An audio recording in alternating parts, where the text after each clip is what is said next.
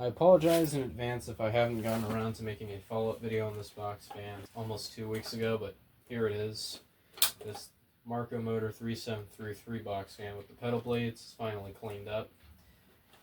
The only problem with it after I put it together was that the moment I tested it, the center hub of the blade started scraping against the front grille, and it basically almost gets to the point of stalling out if you put it in a position like that.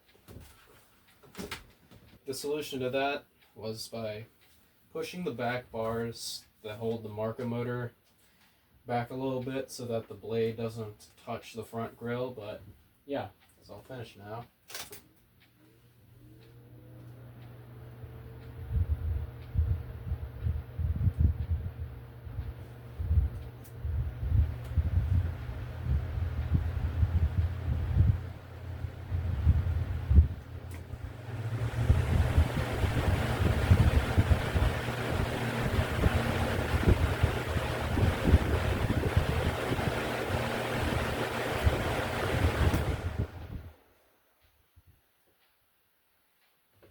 Yeah, that's pretty much it. Peace, guys.